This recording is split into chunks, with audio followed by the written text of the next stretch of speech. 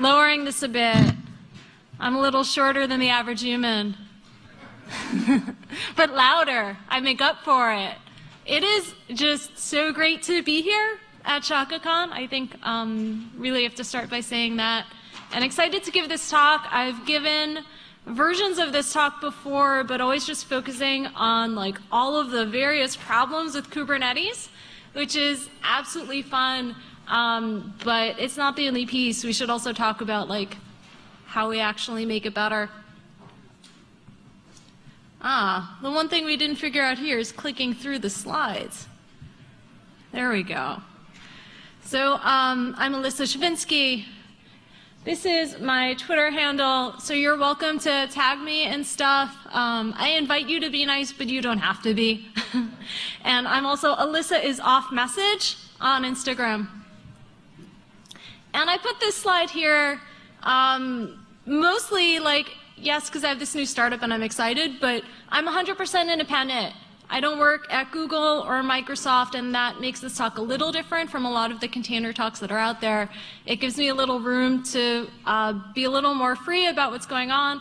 I asked my co-founder this morning, I'm like, if I call out Google for, you know, not patching stuff, is that okay with you? And he's like, they should patch stuff. Like, okay, good. So in 2011, Marc Andreessen famously said, software is eating the world.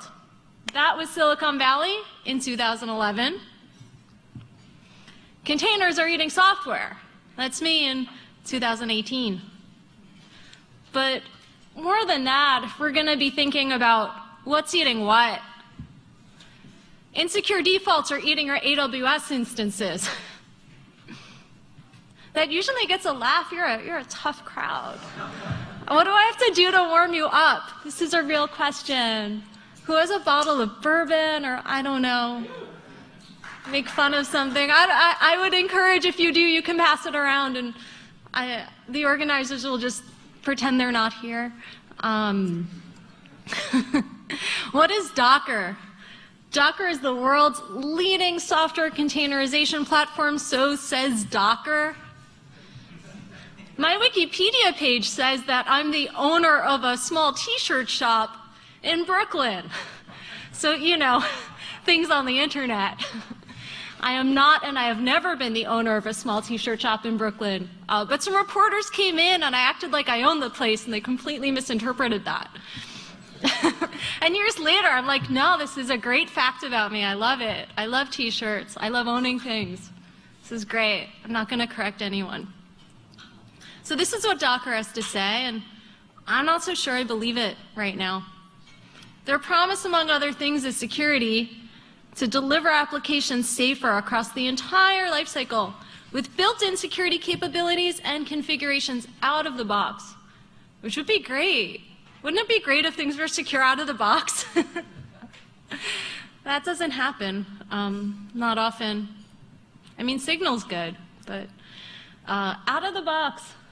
They say it right there. And the truth is, like, OG Docker, like back when Jessie Frazell was there, actually was more secure out of the box.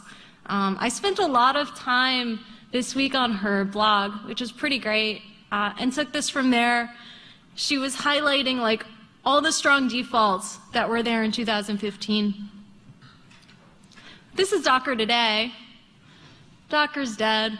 This is my friend Chris's DevOps-ish blog newsletter. It's pretty good. So Docker Swarm is dead. Long live Kubernetes. That seems about right. Like, Docker as a technology is still really interesting, and it's open source, and it's not going anywhere. But Docker as a company is like, when people ask me if we're building open source software, if we're going to charge for things, I'm like, I don't know. Like, Docker's not doing very well. So Docker as a company, like, the co-founders left. There's some problems with that. The technology's still there, but my focus in this talk is much more on Kubernetes, and for people who are in the container space, it's pretty clear that that's the direction that things are going, at least in terms of orchestration. Docker is, of course, still really important as a technology, but Docker, not Docker Swarm. And moreover, Docker is not necessarily all that secure in terms of the entire ecosystem. if you're able to read it in the back, a series of malicious cryptojacking files were stored on Docker Hub, a code repository site. They've been downloaded more than 5 million times over the last year, mined over $90,000 worth of Monero. So this is Docker Hub, and it looks like Docker. Like, it looks like you should be able to go there and just download stuff. You've got DockerCon on the bottom. It's like all official. And yet, zooming in, I put these things because I'm going to put up the deck and stuff later, and I think the links are good rabbit holes to go down. 2017, Docker Hub register is created. September, first complaint. And here you are today, give or take, May 9th, 2018. Docker 123321 was equated to crypto mining botnet. So there's that. For ordinary users, just pulling a Docker image from the Docker Hub is like pulling arbitrary binary data from somewhere, executing it, and hoping for the best. Which brings us to Kubernetes. What is Kubernetes? According to Google, Kubernetes is the industry-leading open source container orchestrator which powers Kubernetes engine. Seems truthful. And here's a diagram of isolation in Kubernetes. Like, when you configure it properly, the upsides are really there. That's a big if. And Google is describing containers as the Google way. Of the folks here, how many people knew that like Google is run on containers? Can I get a show of hands? Yeah, I was a little surprised to see that. From Gmail to YouTube to search, everything at Google runs in containers. They operate an unprecedented, I think that's 2 billion containers a week. And so, you know, you've got super fancy exploits. I'm a fancy person, to the best of my ability and my budget. Unicorn with a cat with a little hat on it, colored hair. It's pretty fancy. Yeah, give it up for the unicorn. Good job. Relaxing in Hawaii. It's nice here. This is a good place to be a unicorn with its friend who's a cat. At my company, we joke that our CFO is a cat. We joke about that at least 5 times a day. She's the chief feline officer. When people are like, tell us about your company, and we think about how small we are because it's just 2 of us. We're like, our CFO is a cat. Not even a fancy cat, just like the cat that's nearby. And you've got Meltdown, Inspector.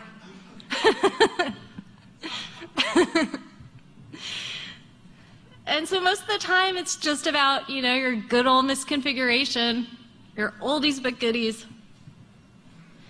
And Kubernetes has so many attack vectors, and many of them are intentionally enabled by default. And I like this slide because it's a trash fire, which is my take on those insecure defaults. But the trash fire is in a container. It's a container trash fire. I love trash. I love trash. Yeah. Kubernetes wants to talk to me about that. But today we're doing something special. Which is very fun for me, hopefully fun for you. Today we're talking, you know, belt and suspenders. So you're wearing your belt and you're also wearing your suspenders. Like all of the things. Defense in depth.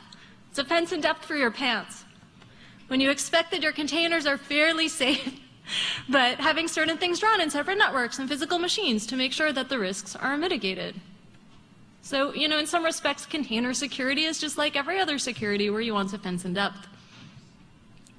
So what are some instances, to get to what this talk is really about, what are some instances where security is given its due? Just shout them out. I have to like keep this a little interactive. You know, it's a one-track thing. You're sitting here all day. Yeah, Signal is a great application and highly secure, and I like great things to say about Signal. What I mean here is like which kind of use cases, which kind of industries are actually doing security really well. Like, where do you actually protect things? So like one example is banking. Like, so what are some other examples like that? Yeah. Actually, electric is questionable. I met some folks last night in the hot tub who work at like Hawaiian Electric, and they're like, our tech is pretty old.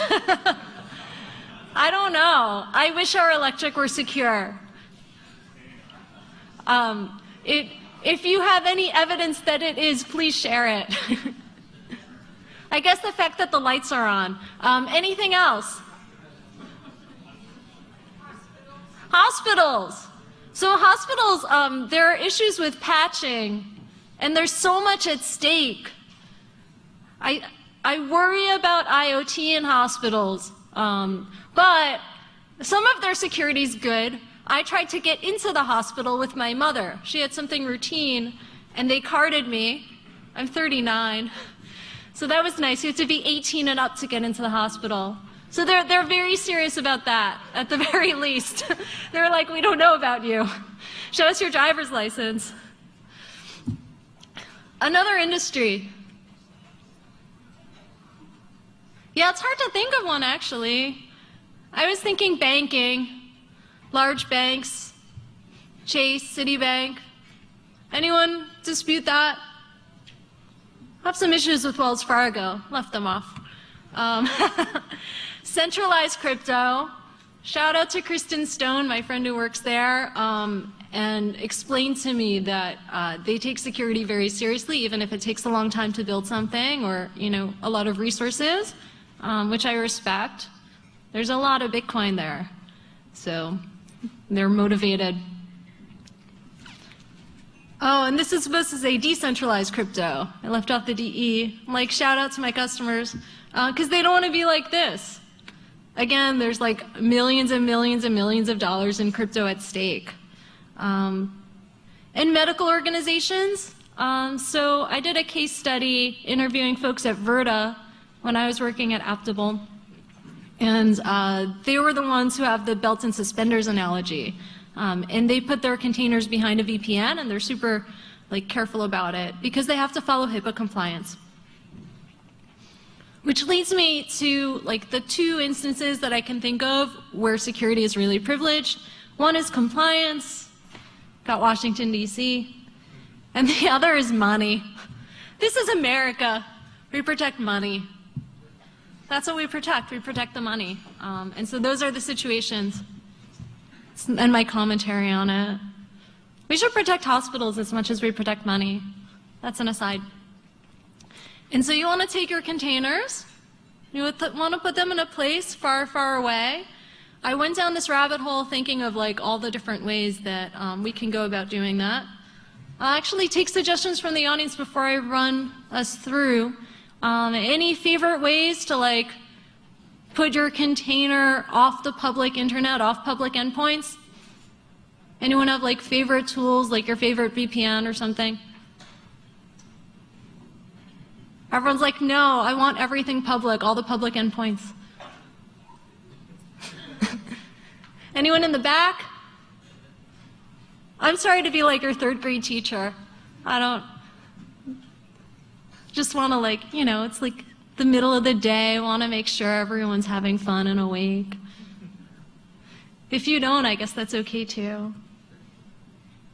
So the Docker docs go into this a little bit. They're you can expose the REST API over HTTP if you explicitly decide to do so. I like that the Docker docs are kind of shaming you if you don't use encryption. This link is actually pretty good. They're if you do that, be aware of the security implications. Ensure it's reachable only from a trusted network or VPN or protected with client SSL certificates. Lots of ways to access your containers without exposing them to public endpoints. There's Helm. From Jesse Frizzell's blog. For some reason I was reading this and I was like a turducken. It's defense in depth for your turkey.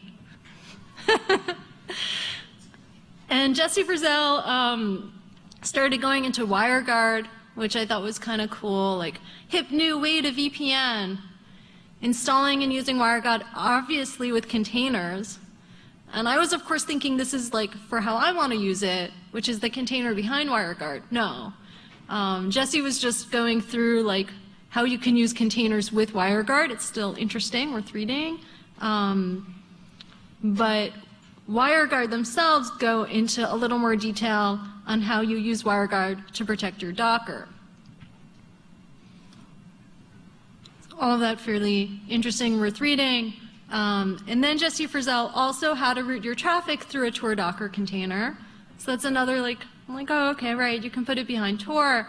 You run the image. I have a fork of the Tor source code and a branch with the Docker file. I've submitted upstream. We'll see if they take it. You can build it locally from her repo. You route the traffic. Contain yourselves. I'm about to throw down some sick IP table rules. Then you check that you're routing properly. And woohoo, success. There's also Aqua. I wanted to throw this in because I hadn't mentioned them and people kept bringing them up like in the Q&A. And I was like, actually, yeah, like their tools are pretty good. And one of the big issues with Kubernetes is it's so hard to do on your own. I mean, Google, like Kubernetes was this internal Google project and had all these Google resources. One of the comments I got at one of these talks was like, they never thought it would be used in production. Can you believe, like, yeah, actually that makes sense. That totally makes sense. They had this thing that they were using internally that they just started to release to people. So Kubernetes is really difficult to manage if you're like a small group. There's just so many defaults. And so I'm kind of like reluctantly coming to the conclusion that it makes sense to use some managed services. I was working at Aptable for a bit. They're a really smart team. Container orchestration for regulated industries. So they do something similar with Enclave.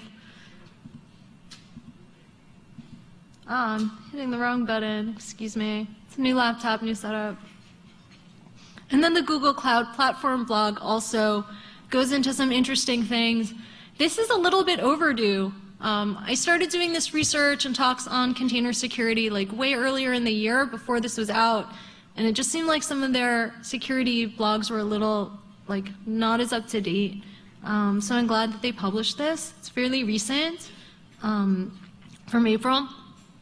From the Google Cloud Platform blog, you can isolate your workload from the public web using private clusters. And they're saying that it's still in beta. We recently announced the beta availability of Kubernetes Engine private clusters, allowing you to deploy clusters privately as part of your Google VPC. So that's new, pretty exciting. I think it's exciting. Maybe you don't think it's exciting. If you're, yeah, this is good. This is really good. I want to applaud Google. I think they're doing like a good job on security now.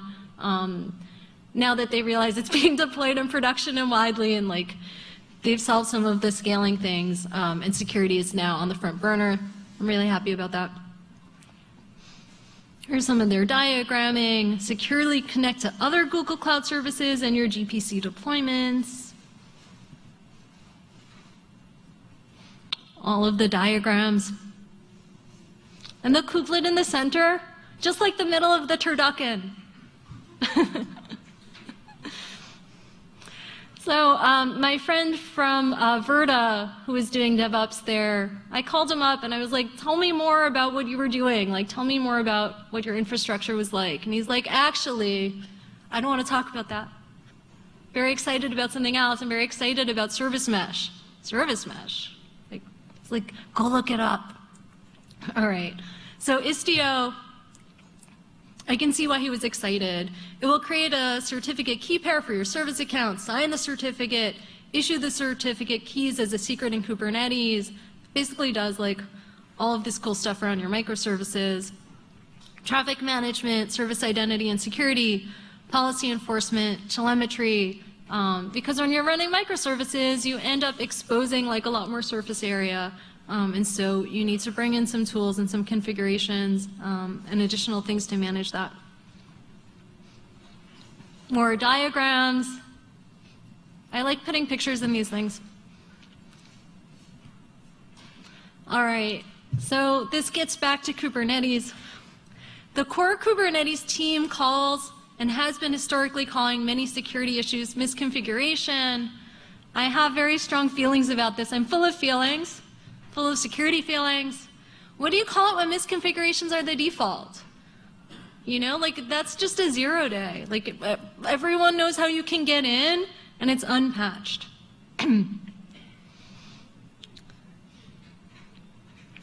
Which is how you get things like this.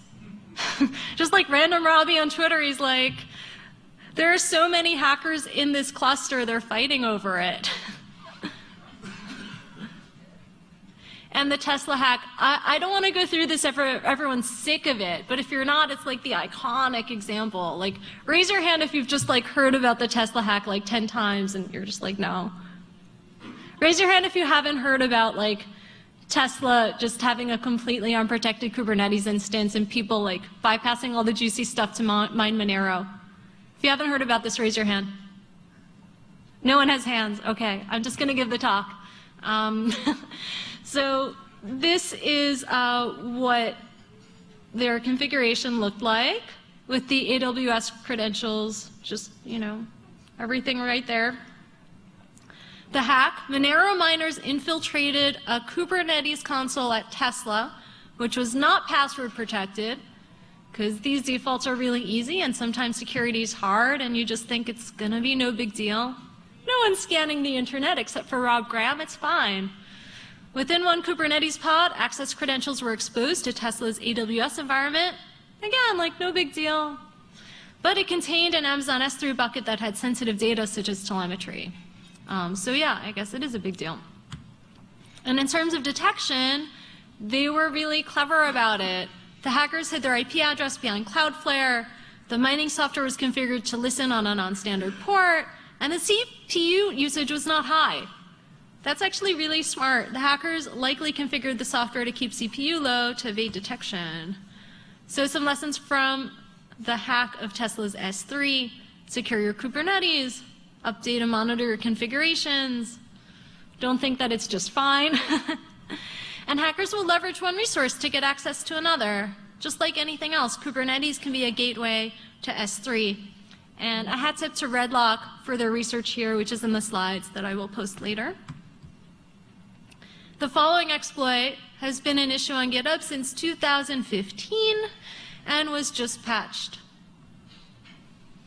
So this is from Alexander at Handy, who documented this. It was a hack that didn't happen at Handy, but that the team there witnessed on a personal instance. You have a single node Kubernetes deployment running on top of Alpine Linux, and the first indicator of compromise was a suspicious process running as a child of the Docker daemon. Curling the endpoints leads to mining proxy online. And here's the script. Sometimes I'm not able to like email this as a PDF because it catches this and it's like, no, this is like malware. It's like, no, this PDF isn't like Monero malware, it just is about Monero malware. So here's the kublock script, which is used to mine Monero. So the hack, the Kubernetes API server was just publicly exposed to the internet, but protected with certificate authentication. By default, requests the kubelets HTTPS endpoint that are not rejected by other configured authentication methods used to be treated as anonymous requests. And they were just given a username. So unless you specified some flags, like unless you changed the default mode of operation was to accept unauthenticated API requests. This was true for 3 years. And here's the GitHub from it, with people trying to get this closed. Secure kubelets component config defaults while maintaining compatibility. And here we've got this guy. I like that avatar actually. He's like, I'm here to help. I'm here to build stuff. I'm here to help. These overalls. Looks like a Lego. It's a good avatar. He's like, is there any CVE for this? No. Running in production without enabling kubelet auth Z is a misconfiguration, not a CVE. CVE, excuse me. Misconfiguration, not a CVE. Like, okay, that's fine. People say things on the internet all the time. You can't like just get mad about everything everybody says all the time. I mean, at some point you have to log off Twitter. But what matters is who said that. So Jordan is listed as being part of Kubernetes, like official Kubernetes core, as well as Google Cloud. So that was just the official stance from Google. Is it just me? Like, shouldn't like things be more secure by default? Yes? Yeah, shouldn't like problematic defaults that are being reported like again and again on GitHub be patched and closed? Yes, I think so.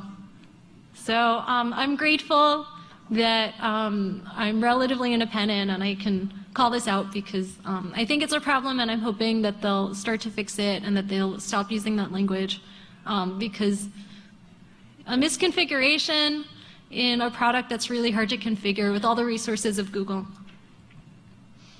All right, yeah, so I think, have I shamed Jordan enough? No? Would you help me? Shame! Thank you.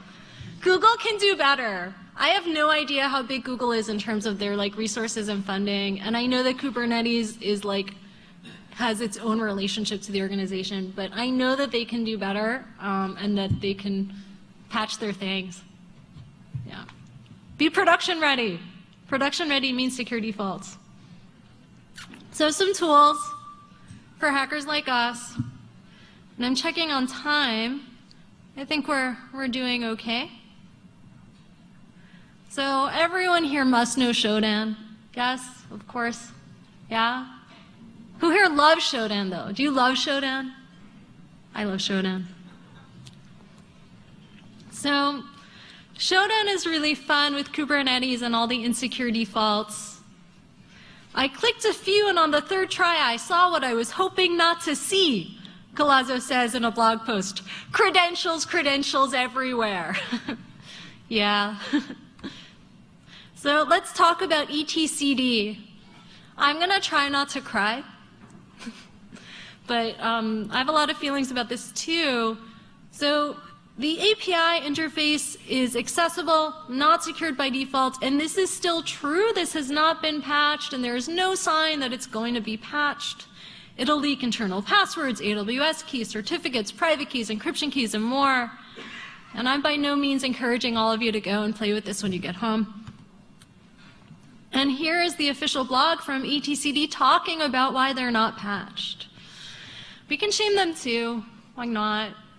So etcd before 2.1 was a completely open system. Anyone with access to the API could change keys. That's reasonable. Like, you got up and running and everything wasn't quite right. That's okay. You're going to fix it now. No. To preserve backward compatibility and upgradability, this feature is still off by default.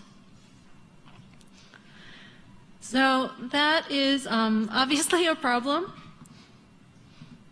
I think I took a little bit more of this off just to like try and be nicer. Here we are. Common vulnerabilities to look for on Shodan. You've got unsecured dashboards. You've got port 10250 TCP open, other port open. All right. I'm going to move on from that. Just if you want to DM me about that after the talk, I think the Shodan stuff is really interesting. The things you can find there are really interesting. Tools for hardening. You've got Clara by CoreOS, static analysis of vulnerabilities in Docker. You've got Kubebench, and some of the tools by Google actually run with Kubebench included. And Kubebench is really helpful because the CIS Kubernetes benchmarks are just like this massive list, and so it's really hard to integrate all of them. So it's useful to have a tool that'll just like run and do a check against the benchmarks. This is what it looks like. Pass, fail, pass, fail. You've got configuration management by Heptio. You've got the benchmarks, just, you know, the document. Good luck with that. It's so long. The problem with the benchmarks is they're not organized. And I'm not doing container stuff anymore going forwards. I think this is my last container talk. So I'd like to encourage, if there's anyone who loves security and containers, we need someone to come in and like organize all this stuff. And you'll be famous and beloved in the Kubernetes world, worldwide, and by me. More best practices from the CIS benchmarks. I'm going to go through this a little fast. This is cool, actually. New tool from Google, an open source API to audit and govern your software supply chain. I did some research and that actually does look pretty good. Best practices from the Kubernetes team.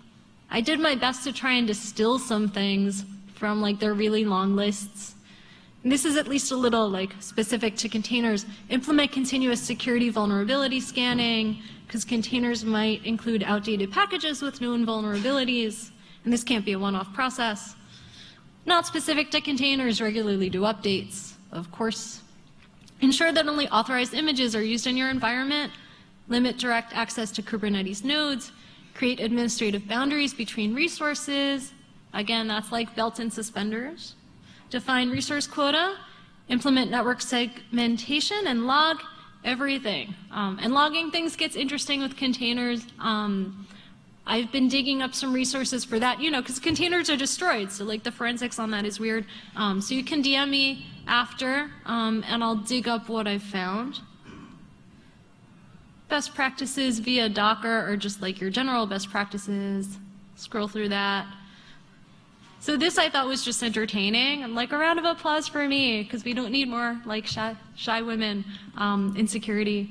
But we're not quite ready for that. I'm gonna take a few minutes. I'm gonna bring this back to my favorite slide. Not the one making fun of Jordan. This is good too, though. I like this one. Jordan, not a CVE liget. Shame. Shame, it is a CVE. Don't tell us that. Break my heart, make me cry. The money slide. This is what we protect. We protect money. This is America. Here we go. So I'll leave this one on. And I think this might make a bad sound for a second. Oh no, it's just stuck there. So I'll just shout. So we have a few more minutes if anyone would like to either do Q&A or, more interestingly, if you have an interesting story. I wasn't drinking yet. It's just slurring, just general slurring. If anyone has an interesting story about how you hardened either like Docker or Kubernetes in your organization, I mean, we have like an incredible room full of people. Oh, good. It's a new microphone. Yeah, and then I can actually hand it to you so people can hear you. Does anyone have an interesting story about how you hardened either Kubernetes or Docker in your environment? I'm just going to walk on down. We have like such a brilliant room full of people. I think it's a shame to like not see what you have to say. Anyone? I know my eyesight is bad, so I'm like, maybe I can't see you. There. Actually, yeah. I should get LASIK or something. Please. I don't think it's amazing at all, but it's just something we've been trying to kind of get control of. Really, our solution at this point is the CIS standards are a good benchmark. We've been using an audit tool, Linus, and automating that, and then a whole lot of bash. That's really what it's come down. It's working. I mean, we're still trying to figure it out, and you know, it's the whole pipeline, right? So it's getting, you know, kind of CI/CD, you know, infrastructure automation, and all of it kind of not having gaps fall down in between, and that's been the challenging part. So, but yeah, it keeps us busy. Yeah, it takes a lot of people to actually like really secure Kubernetes and Docker. Any other stories? Any questions? If not, I'll just send you all off to your break a little early. But like we're all here to shame Jordan and to talk about Kubernetes. I think so. It's a really good thing I don't have a corporate job. Anything else? Any container-related stories or questions? Well, we're all here together, loving cats and hating trash. And yeah, Jordan at Google really needs to acknowledge it's a CVE. and care about security. They're a really big organization and this matters. And people are getting popped. And like the exploits are just known. If I know them to share them with you, like, and I'm not even doing this, they're just out there. Anything else? Anyone want to ask me a question irrelevant to the topic at hand? All right, then that's it. So I'll bring up the last slide. I used to be really shy. I was an Orthodox Jewish housewife who would not leave the house. And so, you know, I'm very proud that I'm no longer shy because it took a lot of work. And I think I'm a role model that, like, no matter how shy you are, you can eventually get there. Well, that's not what I meant to do. Here we go. So a round of applause for the team. For everyone here at ShakaCon. Thank you.